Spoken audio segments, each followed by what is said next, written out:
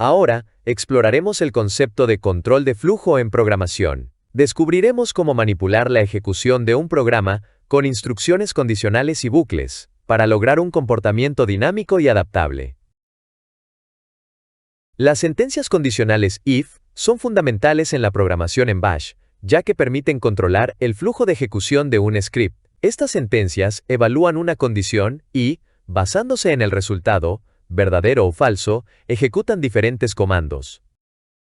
En Bash, la estructura condicional if se inicia con la palabra clave if, seguida de la condición a evaluar encerrada entre doble corchetes. Si la condición se evalúa como verdadera, se ejecutan las acciones especificadas después de la palabra clave then.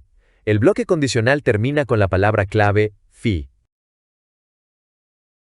En Bash, se puede utilizar la palabra clave else dentro de una estructura condicional if para definir un bloque de código que se ejecutará solo si la condición principal no se cumple. De esta forma, si la condición evaluada entre los dobles corchetes resulta falsa, el script ignorará el bloque then y ejecutará en su lugar el bloque de comandos especificado después de else. Finalmente, la estructura se cierra con fi.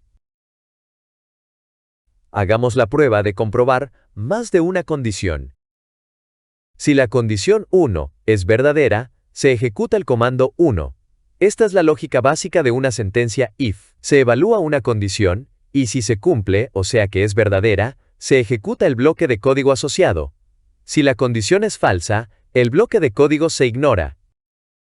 Si la condición 1 es falsa, se evalúa la condición 2. Si es verdadera, se ejecuta el comando 2. Esto describe el uso de la cláusula elif, o else if. Permite encadenar varias condiciones. Si la primera if sale falsa, se evalúa la siguiente con el if, y así sucesivamente. Si ninguna de las condiciones anteriores es verdadera, se ejecuta el comando 3. Este es el comportamiento de la cláusula else.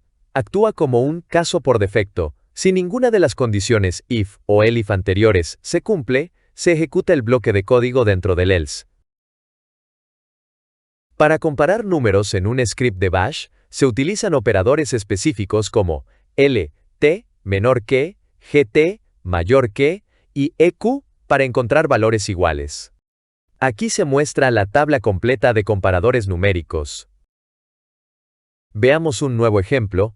Esta vez la particularidad es que nuestro script va a recibir parámetros desde la línea de comandos, y los guardará en variables 1 y 2 que se representarán con pesos 1 y pesos 2.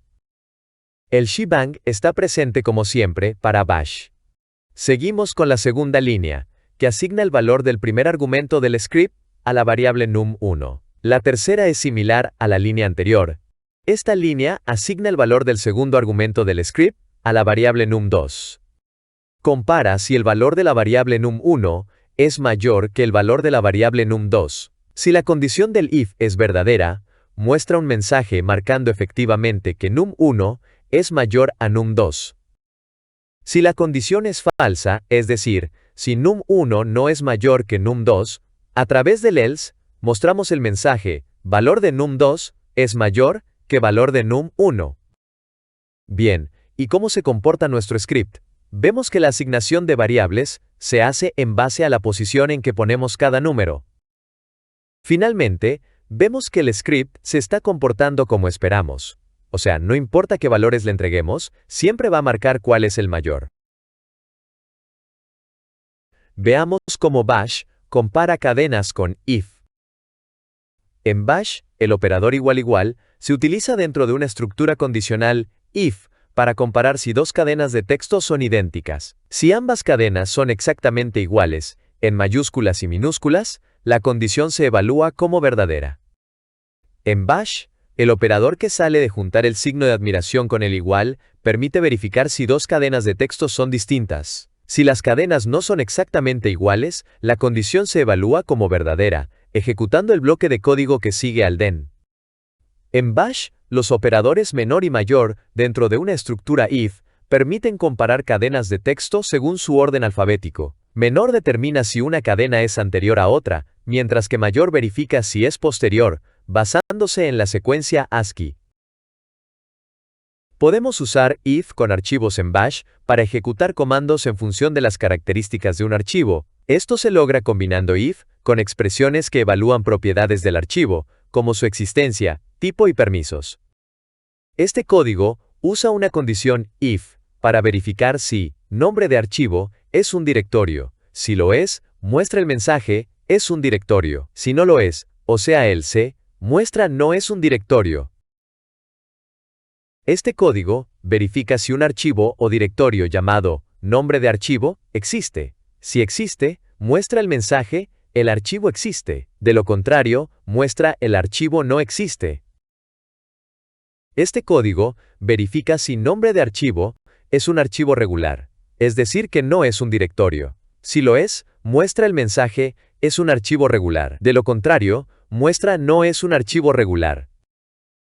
Este código verifica si el tamaño de nombre de archivo es mayor que 0. Si el archivo tiene contenido, muestra el archivo no está vacío. Si está vacío, muestra el archivo está vacío. Como vemos en todos los ejemplos, solamente se incluye en la condición un operador que consiste en el signo menos junto a una letra que representa la característica que queremos comprobar, acompañada por el nombre del archivo a testear. Así de simple, la salida del if será verdadera o falsa según se cumpla o no esa característica.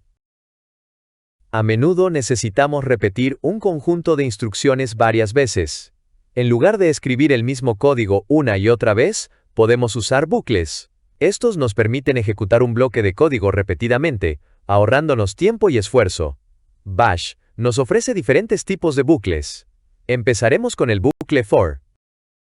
El bucle for, en Bash, sigue una estructura específica para realizar su tarea repetitiva cumpliendo ciclos o vueltas. Esta estructura se divide en tres partes esenciales: la definición de la variable que lleva la cuenta, la especificación de la lista de valores sobre la que se recorrerá, y el bloque de código que se ejecutará en cada ciclo, delimitado por las palabras clave do y dan. Dentro de este bloque, se pueden incluir uno o varios comandos que serán ejecutados secuencialmente en cada vuelta del bucle, tomando la variable un nuevo valor de la lista en cada ciclo.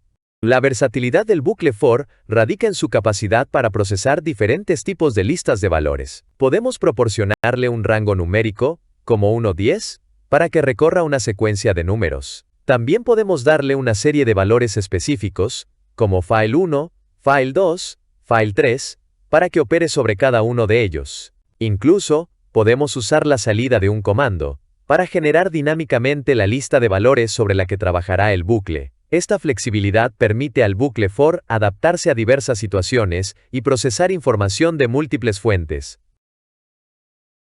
Presentamos un ejemplo simple. Este código utiliza un bucle for en Bash para imprimir una secuencia de números impares del 1 al 20. Vamos a analizarlo paso a paso. Número es la variable que se utilizará para almacenar cada número de la secuencia durante el bucle. Puedes usar cualquier nombre válido para esta variable. Esta parte define la lista de valores sobre la que girará el bucle. Esto genera una secuencia de números del 1 al 20. Indica que se debe incrementar la secuencia en pasos de 2, lo que resulta en los números impares 1, 3, 5, hasta el 19. Las líneas que se ubiquen entre el do y el dan serán las que se ejecutarán durante la duración del bucle. A través de hecho, se imprime texto en la consola. Pesos número es una referencia a la variable número, por lo que en cada ciclo se imprimirá el valor actual de la variable. ¿Funcionará este script? Veamos. En efecto, el script, al ejecutarse, muestra la secuencia de números impares del 1 al 19. Bueno, los bucles for no son los únicos que maneja Bash. Introduzcamos a while y until. ¿En qué se diferencian? For es ideal para recorrer una lista de elementos o un rango de números, fijando el número de pasos. Ahora, while y until se utilizan en base a condiciones que pueden variar durante la ejecución del bucle. While se desarrolla mientras una condición es verdadera, y until transcurre hasta que una condición sea verdadera. Una sola palabra hace que el bucle se comporte de manera diferente. Analicemos while y until. En términos de programación, el bucle while evalúa una condición al inicio de cada ciclo. Si la condición es verdadera, el código dentro del bucle se ejecuta. Este proceso se repite una y otra vez, mientras la condición siga siendo verdadera. En el instante en que la condición se vuelve falsa, el bucle se detiene, y el programa continúa con las instrucciones siguientes. En programación, el bucle until también evalúa una condición al inicio de cada ciclo. Sin embargo, a diferencia de while, el código dentro del bucle se ejecuta solo si la condición es falsa. El bucle se repite mientras la condición no se cumpla. En el momento en que la condición se vuelve verdadera, el bucle finaliza. Como se ve, los códigos son casi iguales. Solamente cambia una palabra. Veamos qué sucede. En ambos casos, los valores iniciales de las variables son los mismos. En el primer ejemplo, al llegar al while, el valor de la variable termina es superior al valor de la variable contador, por lo que empieza a ejecutarse el bucle. La variable contador incrementa su valor en 1 en cada vuelta. El bucle termina cuando el valor de contador supera al valor de la variable termina y la condición del while se vuelve falsa. En el segundo ejemplo, al llegar al until, el bucle debería ejecutar sus instrucciones hasta que se cumpla la condición. Como la condición es verdadera, se da como cumplida, y no se ejecuta ningún ciclo. En la consola, vemos que el script no devuelve ninguna salida.